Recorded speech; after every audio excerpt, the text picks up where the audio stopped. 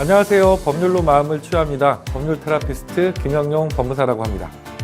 작년 2025년도 폐업 사업자 수가 100만 명이 넘었다는 기사를 보신 적이 있으실 것 같아요.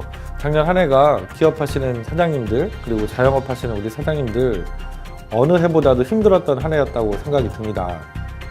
오늘 말씀드릴 얘기는 좀 이 어려움에 처하신 이 사장님들께서 그 상황을 해결하실 수 있는 방법 중에 한 가지겠죠. 파산이라는 제도에 대해서 좀 생각을 해보려고 해요. 이렇게 많은 사업자가 연간 폐업을 했는데 이 중에서 우리가 파산이라는 제도를 이용했을 때, 특히 법인 파산을 이용했을 때 모두 다 도움이 되는 것이냐, 이 부분을 고민을 같이 해보려고 합니다. 우선 파산이라는 것이 무엇인지 잠깐 생각을 해볼게요. 국가기관 법원이죠. 법원을 통해서 재산을 정리해서 그 정리된 재산을 채권자에게 공평하게 나눠주기 위해서 생긴 제도입니다.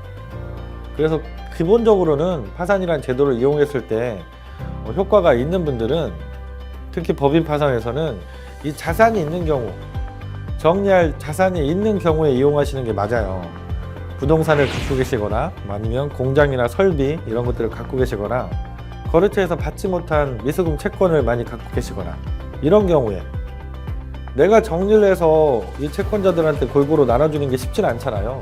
이때 법원을 통해서 이 자산을 잘 정리를 하고 공평하게 채권자들한테 나눠주겠다는 의미에서 하는 것이 파산이라고 생각을 하시면 돼요. 이건 개인 파산이든 법인 파산이든 동일하다고 생각을 하시면 됩니다. 그러면 법인 파산을 했을 때 도움이 되는 경우는 어떤 경우인지 말씀을 드려보면, 첫 번째, 지금은 물론 신용보증기금이라든가 기술보증기금, 신용보증재단 이런 공적인 기관을 통해서 대출을 받으실 때 대표님들께서 예전처럼 보증을 서진 않죠. 책임 경영 이행 약정이라는 걸 하고 대출을 받게 되는데요. 그래서 예전보다는 좀 필요성이 떨어졌지만 지금도 기업에서, 은행에서, 금융기관에서 대출을 받을 때는 여전히 대표이사님 보증을 서는 경우들이 꽤 있죠. 이럴 때 내가 정리할 법인 재산을 잘 정리해서 이게 그 채무를 상환하는데도 배당이 돼서 나갈 수 있다고 하면 보증을 서신 대표님들이 아무래도 그 부담이 적어지시잖아요. 그래서 첫 번째는 내 채무, 내가 대표이사로서 부담했던 연대부등 채무를 줄일 수 있다는 효과가 있겠죠. 그리고 두 번째는 세금이에요. 세금. 이건 대표이사님은 문제가 아니고 과점주주인 경우에 문제가 돼요. 하지만 대부분의 대표이사님들이 또 과점주주를 같이 겸하고 계신 경우들이 많잖아요.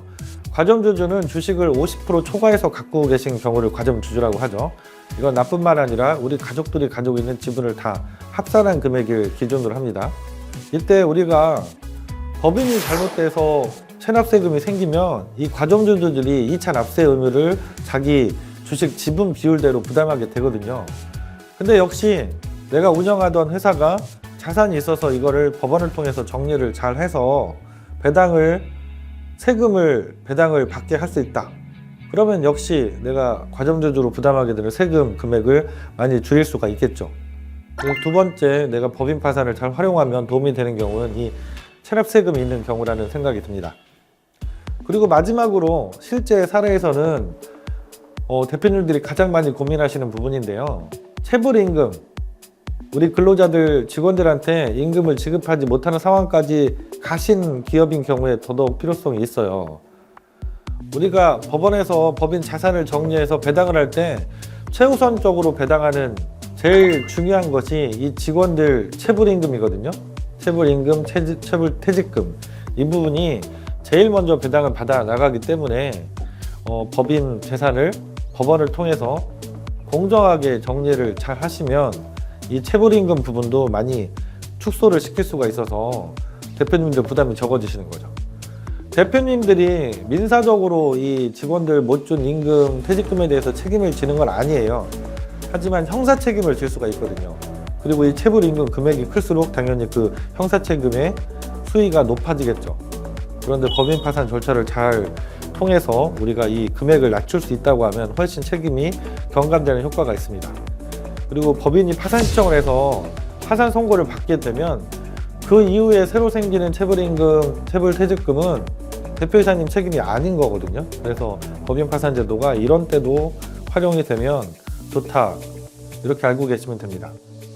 중요한 것은 처음에 말씀드린 것처럼 작년 2025년도 폐업한 사업자 수가 법인과 개인사업자를 포함한 거죠.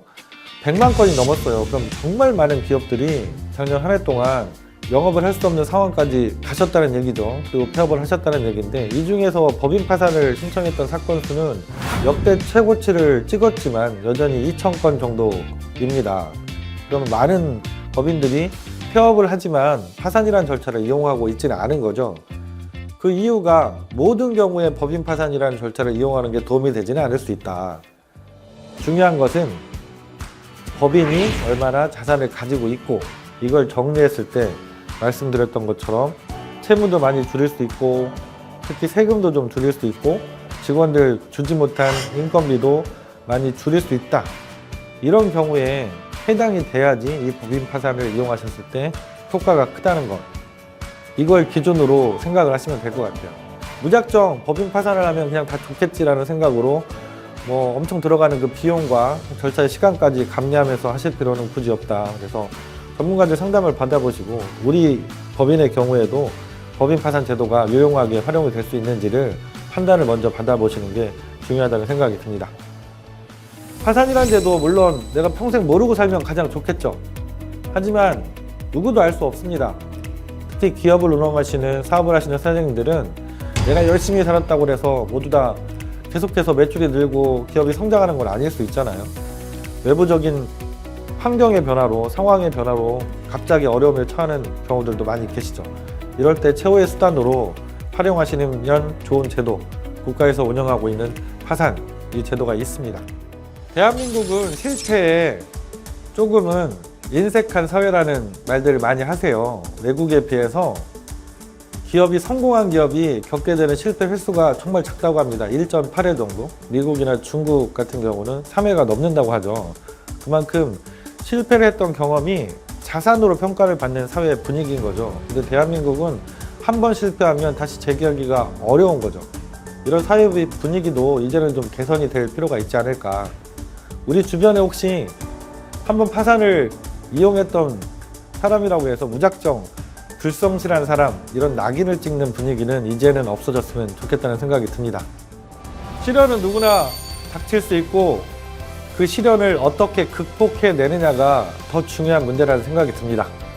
네, 그 과정에서 내가 필요하다면 국가 시스템이죠. 정비되어 있는 이 제도, 파산이라는 제도도 큰 도움이 되실 수 있을 것 같습니다. 네, 오늘 영상 시청해 주셔서 감사하고요. 새해 복 많이 받으세요.